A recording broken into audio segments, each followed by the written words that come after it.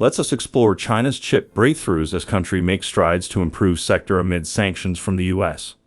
Let's get started.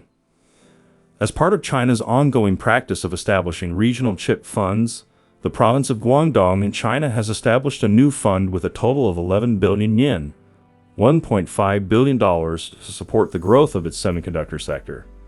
In 2016, Shanghai initiated its chip fund, which currently holds a total of 28.5 billion yen, which is equivalent to $4.02 billion. According to a report by the South Central Morning Post, these local efforts across China demonstrate how serious the country is about establishing a chip sector that is self-sufficient. Furthermore, all of these efforts are in coordination with the objectives that have been established by the federal government. Guangdong Semiconductor and Integrated Circuit Industry Equity Investment Fund Phase E is the name of the new fund that this company has established as a continuation of the initial phase, which was initiated in December 2020 and invested a total of 10 billion yen, $1.41 billion, in a variety of semiconductor projects in Guangdong. This phase follows. Both of these programs are intended to provide financial support to local semiconductor initiatives. However, the authorities in the region do not provide a list of projects that have been funded by these funds. The Guangdong Fund receives the majority of its funding from Guangdong UK Holdings, which is owned by the Guangdong government and accounts for more than 90% of the fund. Additionally, we are receiving funds from Dongguan and Zhongshan, which are two cities that each own a 4.5% portion of the market. A smaller version of a larger fund, the China National Integrated Circuit Industry Investment Fund, often known as the Big Fund, is the chip fund that Guangdong has established. Despite the fact that there have been some problems with corruption, the Big Fund has been operating since 2014 and has invested a significant amount of money into China's chip industry.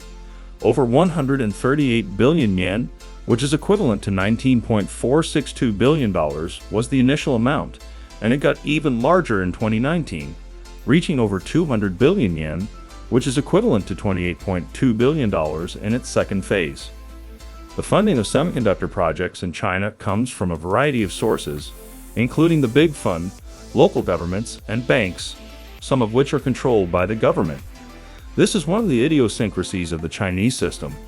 As an illustration, SMIC, which is the dominant foundry in China, does not own a significant number of the fabs that it operates. Taking such an approach, on the one hand, results in a significant simplification of the process of building new semiconductor production facilities and guarantees that companies like SMIC are making chips that are required by local businesses.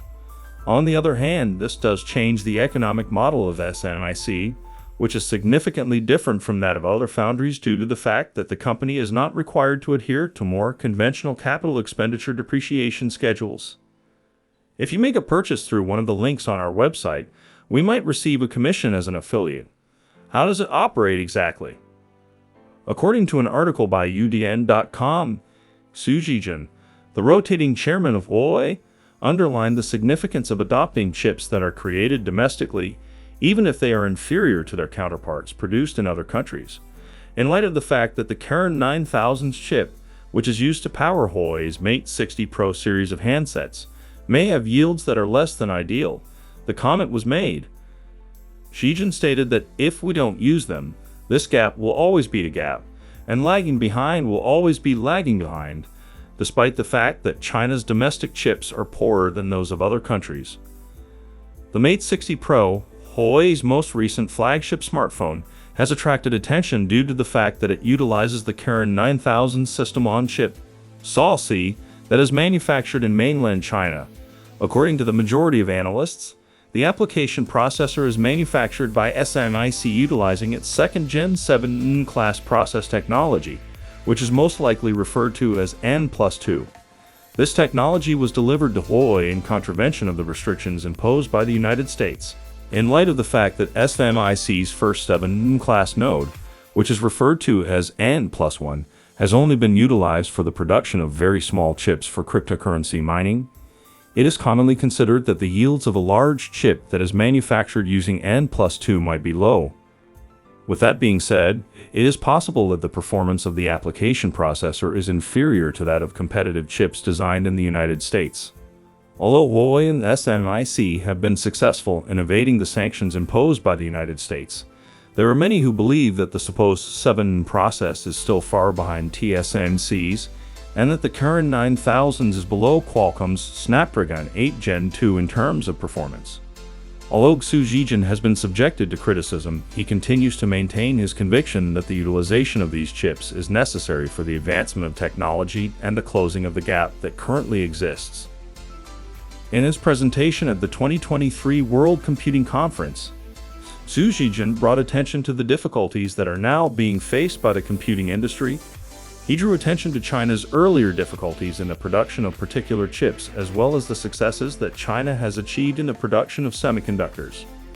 Previously, we could not even produce network card chips and RAID chips, according to Xu Zhejian. Furthermore, we were unable to manufacture power management circuits for a computer server by ourselves. Therefore, it is imperative that we get back to the fundamentals of the computing business. To illustrate his point, Xu Zhejian made a striking contrast between the technological capabilities of domestic and international products. According to him, global competitors possess expertise equivalent to that of a doctoral degree, whereas China's domestic products are at the level of a primary school student. In spite of this gap, he emphasized the significance of mainland China improving its technological infrastructure in order to prevent vulnerabilities and security breaches that are caused by external sources.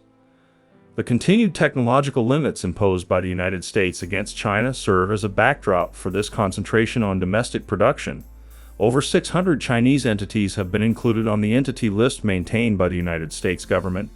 These entities have an impact on a wide range of technology items, ranging from design tools to chip devices.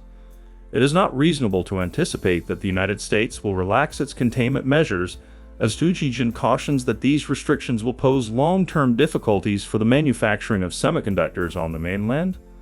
That's where we wrap things up for the time being. Thanks for watching. See you in the next video.